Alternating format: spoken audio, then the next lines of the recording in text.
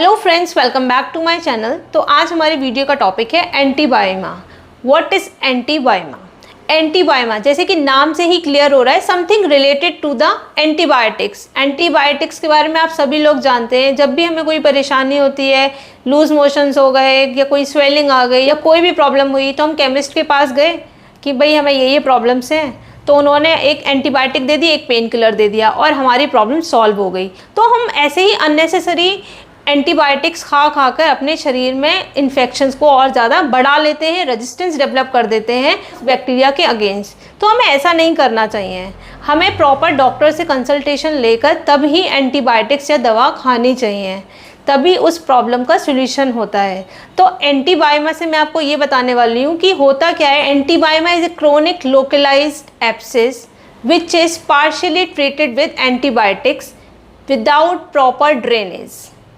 Means हमें मुंह में कोई इन्फेक्शन हो, यहाँ हम डेंटिस्ट की बात कर रहे हैं, हमारे मुंह में कोई दांत है जिसमें इन्फेक्शन हुआ, नीचे पस पड़ा है, स्वेलिंग आ गई थी, हमने एंटीबायोटिक्स खाई, उससे क्या हुआ, हमारी स्वेलिंग तो बैठ गई लेकिन प्रॉपर वहाँ पे पस ड्रेन नहीं हुआ। पस ड्रेन नहीं हुआ तो वहाँ पे इन्फेक्शन जो है प्रॉपरली क्लीन नहीं हुआ, जो बैक्टीरिया है वो सबसाइड कर गया, वहाँ पर एक आउटर कैविटी बन गई और वो एक एंटीबायोमा के फॉर्म में वहाँ पे एक क्रोनिक एक लीजन बन गया।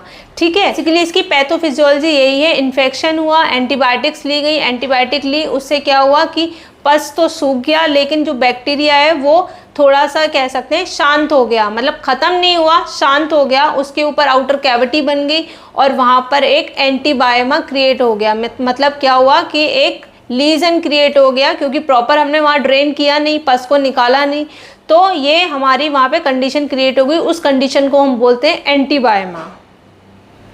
ये भी मैं आपको बता देती हूँ, it is very common in dentistry, क्योंकि हम दांत को इतना ज़्यादा अवॉइड करते हैं। एक स्वेलिंग हुई, हम केमिस्ट के पास गए, खुद से एंटीबायोटिक खा ली और हमने उसका ट्रीटमेंट नहीं लिया और बाद में ये लीजन ज़्यादा दिक्कत करने लग गया। तो इसका प्रॉपर ट्रीटमेंट ये है, जिस भी दांत में परेशानी है या तो उसकी प्रॉपर आरसीटी होनी चाहिए, यदि वो आरसीटी करने लायक दांत नहीं है तो उसका एक्सट्रैक्शन होना चाहिए और प्रॉपर वहाँ पर जो एक कैविटी बन गई है उसकी क्लीनिंग होनी चाहिए, तभी इसका प्रॉपर ट्रीटमेंट हो पाएगा। हमें खुद से एंटीबायोटिक्स कभी भी नहीं खानी चाहिए विदाउट डॉक्टर कंसल्टेशन। इस वीडियो के थ्रू आपको ये चीज़ समझ में आई होगी कि हमें कोई भी परेशानी होती है तो हमें खुद से एंटीबायोटिक या खुद से डॉक्टर नहीं बनना चाहिए। डॉक्टर के पास जाके प्रॉपर रिकमेंडेशन लेकर ही दवा खानी चाहिए, क्योंकि आप उल्टी सीधे खुद से दवा खाएंगे तो आप खुद ही एक परेशानी में पड़ सकते हैं। Thank you for watching my video. Don't forget to like, subscribe and share. Bye bye, take care.